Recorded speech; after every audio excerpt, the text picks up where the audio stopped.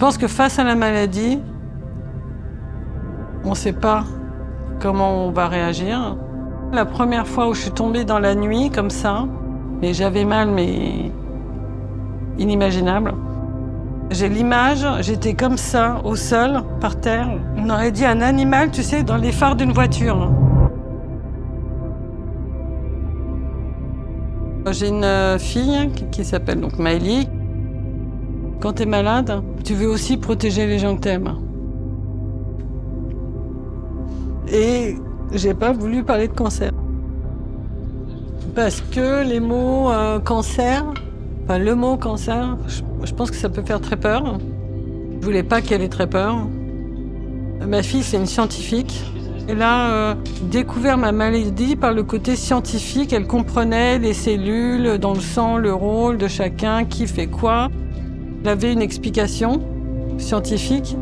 Donc elle a pu prendre possession de cette maladie, mais sans employer le mot cancer. À aucun moment j'ai employé le mot cancer. On parle toujours de rémission, tout en sachant que comme c'est chronique, bah c'est pas ça peut, ça va revenir, je sais pas quand. Je pourrais d'en parler. Ouais. Le problème c'est que c'est compliqué d'en parler. Je pense qu'on profite de tous les instants. T'es un monstre, mon petit cœur. Oh mon bébé. Non. J'aime les surprises que la vie réserve. Aujourd'hui, je rencontre des gens, si j'avais jamais été malade, je vous aurais pas rencontré. Des gens qui viennent d'horizons différentes et tout. C'est ça que j'aime dans la vie.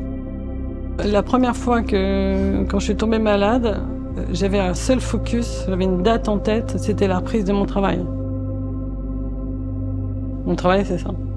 C'est faire découvrir des choses, faire découvrir des expériences. Mais c'est le partage, au fond. C'est ma passion. J'ai la chance, je travaille là-dedans, donc c'est top. Le fait d'avoir une maladie chronique, tu as en permanence comme une épée de Damoclès au-dessus de la tête. C'est-à-dire que tu es soigné, toi là je vais bien, tout va bien, etc. Mais je sais quelque part, au fond de moi, qu'un jour, ça va recommencer. À chaque fois, il faut en effet retrouver le courage, la motivation. En fait, une rechute, c'est un échec. C'est-à-dire se dire, tout ce que j'ai fait, tout ce que j'ai enduré, tout ça, ça marche plus. On repart à zéro, quoi. On sait que la montagne, il va falloir la gravir et que ça va pas être simple. Dans n'importe quelle épreuve, il y a forcément quelque chose de positif. Tu le cherches et tu fonces.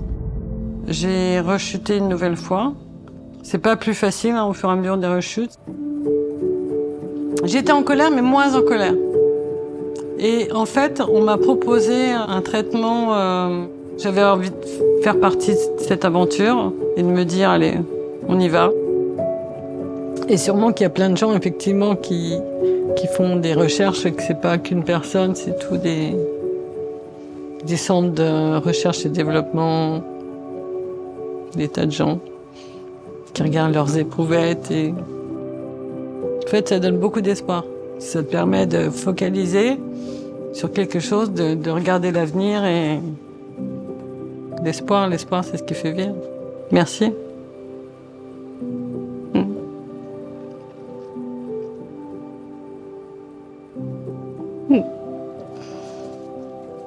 Pas d'autres mots.